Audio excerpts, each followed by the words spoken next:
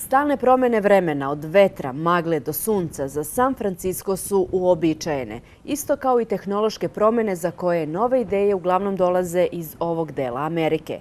Kompanija Intel je jedna od vodećih u toj oblasti, a koja je prema rečima premijera Dačića spremna da pomogne vladi u nameri da svako dete ima po jedan računar od prvog razreda.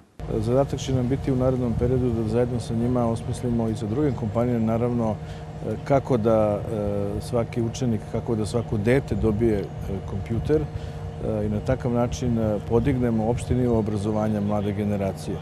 Sa druge strane, naš zadatak će biti da dovedemo Intel u Srbiju u smislu proizvodnje.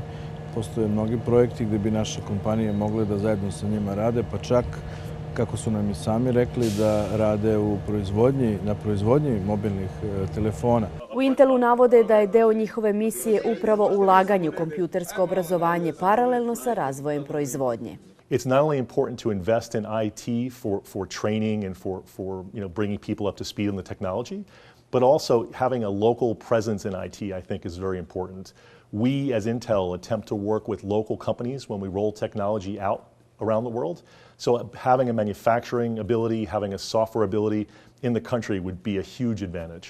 I iskustvo i teorija pokazuju da one nacije koje više ulažu u tehnološko obrazovanje brže i napreduju. Mi smo izuzetno pametna nacija, naša deca su izuzetno pametne i ja ne sumnjam da će to vrlo brzo da se oseti ne samo što se tiče obrazovanja, već u privredi i uopšte, pošto je ovo jedan program koji za sobom će indirektno da uposli preko 20.000 radnika. $1 uložen u obrazovanje u informacionim tehnologijama, pokazuje globalna računica, vraća se 8 puta i to u kratkom roku. Koliko se isplati ulagati u obrazovanje i informacione tehnologije najbolje se vidi ovde u Kaliforniji. Zvanično ovde je najviše mladih milijardera, ali nezvanično je najviše mladih, bogatih penzionera.